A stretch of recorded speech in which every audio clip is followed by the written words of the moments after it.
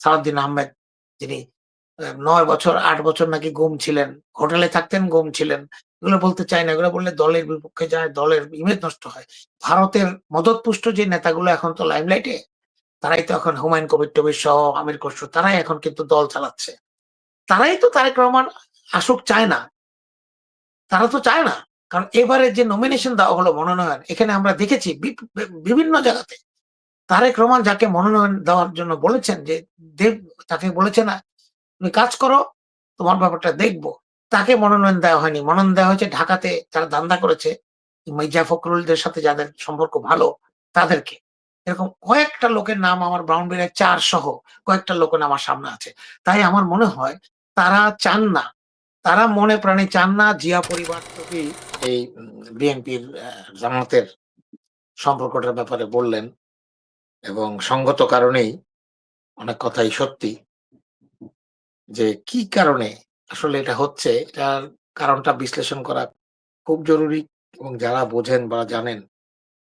এক দর্শক বললেন, এই যে কালকে রেজা কিবরিয়া সাহেব বোধহয় ৩ দিন আগে, উনি আরো আগে থেকেই বিএনপির পক্ষে কথাবার্তা বলেছেন। বহু দল তো আওয়ামী পরিবারের সন্তান। এটা তো আপনি ভুলে গেলে চলবে না। যতই আপনার পক্ষে কথা বলুক, তাদের রক্তে আওয়ামী লীগ প্রবাহিত। এবং তার বাবা রেজা শাহ এহসান কিবরিয়া আওয়ামী লীগের মন্ত্রী, এমপি ছিলেন, সবকিছু ছিলেন। দাদাও নাকি আওয়ামী লীগ ছিলেন, উনি বলেছেন। তো এই কারণেই তো বিএনপি আসলে মানে সবসময় আমি দেখি নিজেদের ত্যাগী নেতা কর্মীদের চেয়ে আওয়ামী লীগের পরিবারের সদস্যদেরকে বিএনপি খুব একটু ব্লু ব্লাড মনে করে, উচ্চ শ্রেণী আর কি, সম্ভ্রান্ত বংশের মনে করে। নিজেদেরকে বংশীয় মনে করে না, নিজেদেরকে বোধহয় একটু চাষা চন্ডাল ভাবি আমরা নিজেদেরকে। কিন্তু এটা তো হওয়ার কথা না। যে যে মানুষটি ৩০ বছর ৩৫ বছর বিএনপি করলো, খেয়ে না খেয়ে বিএনপি করলো, জেল জুলুমের হলো, এবং সবকিছু তার জীবনের সবকিছু সে দিয়ে দিল বিএনপির জন্য। তাদেরকে মূল্যায়ন করা হবে না কেন? তাদের পোস্টে হাবিবুর রহমান হাবিব, গোলাম মোল্লা রনি, আপনার রেজা কিবরিয়া, তাদেরকে নমিনেশন দিয়ে কি বোঝাতে চায় বিএনপি? তাহলে তো বিএনপি কে ভবিষ্যতে বিএনপি মানুষে করবে না, করবে না। চামচামি করার জন্য করবে, কিন্তু নেতা হতে পারবে না। নেতা তো ফিক্সড। নেতা ফিক্সড আজীবনের জন্য। কারণ নেতার যদি কোনো কিছু হয়, তার স্ত্রী অথবা তার ভাই অথবা তার ছেলে ওই জায়গায় এমপি হবে। তো এটা একটা চিরস্থায়ী বন্দোবস্তের মতো হয়ে গেছে দুঃখজনকভাবে। এটার থেকে বেরিয়ে আসা দরকার। এটা গণতান্ত্রিক পদ্ধতিতে এটা হয় না। এইবার যে বললেন উনি যে জিয়া পরিবারের ব্যাপারে যে কথাটা উঠেছে, ওনারা বললেন -2।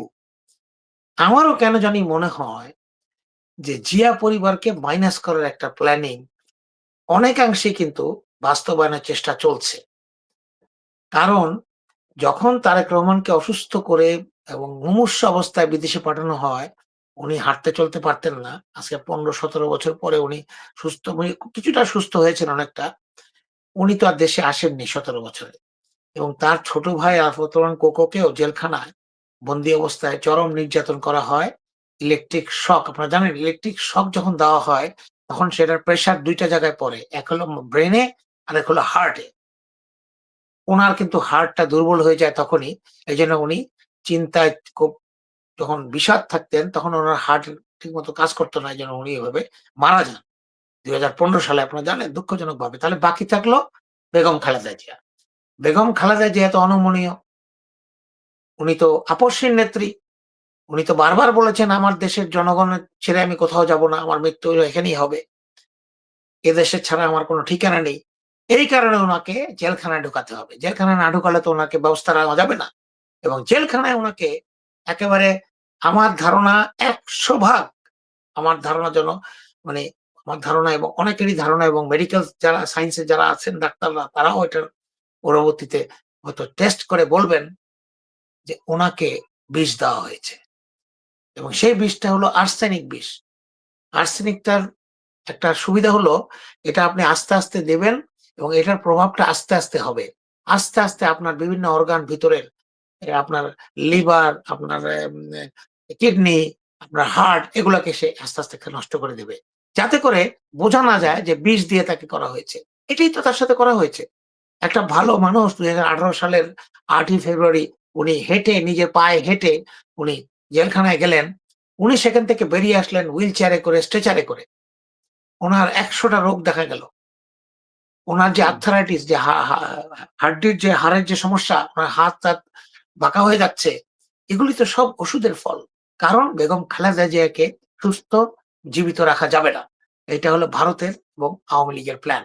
কারণ ওনার যে ইমেজ বাংলাদেশের মানুষের সামনে, গত ৪০-৪৫ বছরে শহীদ রাষ্ট্রপতি জিয়া রহমানের শাহাদাত বরণের পর উনি যেই মানে ইমেজ সৃষ্টি করেছেন, মানুষের মধ্যে যে আস্থা সৃষ্টি করেছেন, এটার কোনো প্যারালাল কোনো বিকল্প বাংলাদেশের মানুষের কাছে নাই।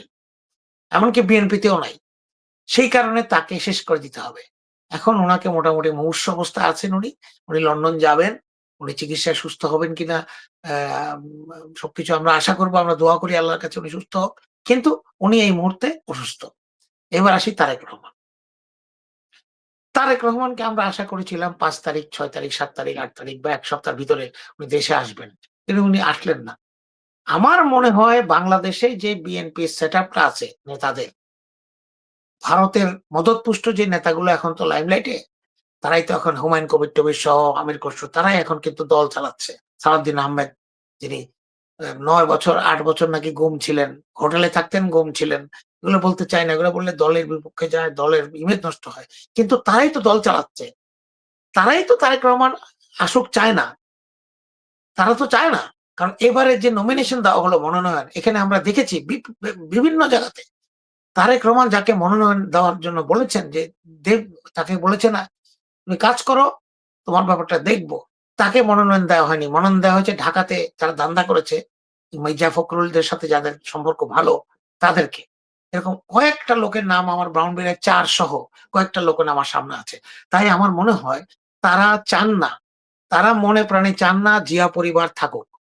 তাহলে এই যে শেখ হাসিনার আমলে ১৭ বছরে তারা যেটা বলত, প্রতিটি নির্বাচনের আগে, বিশেষ করে ১৮ এবং ২৪ এর ২৪ তে যায়নি, ১৮ তে বলত যে বিএনপি তো নির্বাচিত হলে, জনগণের রায় পেলে প্রধানমন্ত্রী হবে কে জানে না। এই দলের কি স্থায়িত্ব আছে? ওরা তো জানেই না প্রধানমন্ত্রী কে হবে। এই ঘটনা তো এখন আবার আসলো। এখন তো আবার কে প্রধানমন্ত্রী হবে আমরা জানি না। আমাদের দল যদি ক্ষমতায় যায় এবং যাবে ইনশাআল্লাহ, আশা করছি সবাই, তাহলে প্রধানমন্ত্রী কে হবে উই ডোন্ট নো। এই অনিশ্চিত অবস্থায় দলটাকে কে ফেললো এবং কাদের লাভ? আমরা তো জিয়া পরিবারের বাইরে কোন লোক দলের প্রধান মানব না। কোন অবস্থাতেই মানব না। আমির খসরু সাহেব দলের প্রধান হবেন, নাকি সালাউদ্দিন সাহেব হবেন, নাকি মির্জা ফখরুল প্রধানমন্ত্রী হবেন, হোক সে ১ মাসের জন্য হোক, ২ মাসের জন্য হোক, এটা তো আমরা মানব না। আমাদেরকে এই জিনিসটাকে মানানোর জন্য প্যাচে, আইনের মারপ্যাচ এবং শারীরিক অবস্থা খারাপ এবং বিভিন্ন কথা বলে আমাদেরকে এই অবস্থায় উপনীত করা হচ্ছে। যে আমাদেরকে এই জিনিসটা, এই তিতা ওষুধটাকে গিলতে হবে। কিন্তু আমরা তো এটা চাই না। আমরা চাই দেশনায়ক তারেক রহমান অবিলম্বে দেশে আসুক। উনার যে সমস্যাটা আছে এটা খোলাখুলি জনগণকে বলুক। জি, কোন সেই রাজু তৃতীয় পক্ষ? রাজু ভাই, একটা বিষয় একটু আমাদের আজকের আলোচনার মধ্যেও রয়েছে যে তারেক রহমান সাহেবের দেশে আসার বিষয়টা নিয়ে যখন আমির খসরুকে প্রশ্ন করা হয়েছে যে উনি নির্বাচনের আগে দেশে না আসলে কোনো ধরনের প্রভাব পড়বে কিনা, উনি এক কথায় বলেছেন যে কোনো প্রভাব পড়বে না নির্বাচনে যদি তারেক রহমান দেশে না আসেন। যদি তারেক রহমান বাহিরে থাকেন এবং আরেকটু আমি বলি আপনাকে যে ইসির তথ্য অনুযায়ী তারেক রহমান এখনো তিনি ভোটার হননি, বাংলাদেশের ভোটার নন তিনি। তো যিনি ভোটারই হননি, তিনি যদি দেশে না আসেন, ভোটার না হন, সেক্ষেত্রে উনি কি সরাসরি লন্ডন থেকে এসে বিএনপি ক্ষমতায় আসলে প্রধানমন্ত্রীর চেয়ারে বসতে পারবেন বা কিসের ভিত্তিতে বসবেন? বা উনি ভোটার না হলে নির্বাচনই বা করবেন কিভাবে? আমি তো আপনাকে ওই প্রসঙ্গটাই বললাম, বলছিলাম।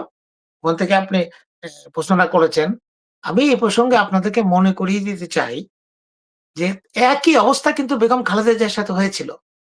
২০১৪-১৫ সালে, তারপর ১৮ সালে বিএনপির কিছু নেতাদের কার্যকলাপে আমার মনে হয়েছে বারবার, এবং আমি টক শোতে বলেছি, বারবার বলেছি, লিখেছি যে এরা চায় না খালেদা জিয়া মুক্ত হোক। কেন চায় না? কারণ খালেদা জিয়া মুক্ত হলে তাদের যেই অপকর্মগুলো তারা করতে পারবে না। কমিটি বাণিজ্য থেকে শুরু করে বলেন, মনোনয়ন বাণিজ্য বলেন, যেইটাই বলেন, দলকে ইচ্ছামত চালানো এরা করতে পারবে না। আমি আপনাকে একটা উদাহরণ দেই। বিএনপি শহীদ রাষ্ট্রপতি জিয়াউর রহমানের দল। জিয়াউর রহমান কে ছিলেন? উনি একজন সামরিক বাহিনীর অফিসার ছিলেন। এবং উনি স্বাধীনতার ঘোষণা দিয়েছিলেন। বাংলাদেশ স্বাধীনতা ঘোষণা দিয়ে উনি ওনার বাহিনী নিয়ে যুদ্ধে ঝাঁপিয়ে পড়েছিলেন। সেই জন্য বিএনপিতে সবসময় সেনাবাহিনীর অথবা সশস্ত্র বাহিনীর অফিসারদের আমরা প্রাধান্য দিয়ে থাকি। আমরা চাই, জনগণ চায়, বিএনপিও চায়, বিএনপির কর্মীরাও চায়।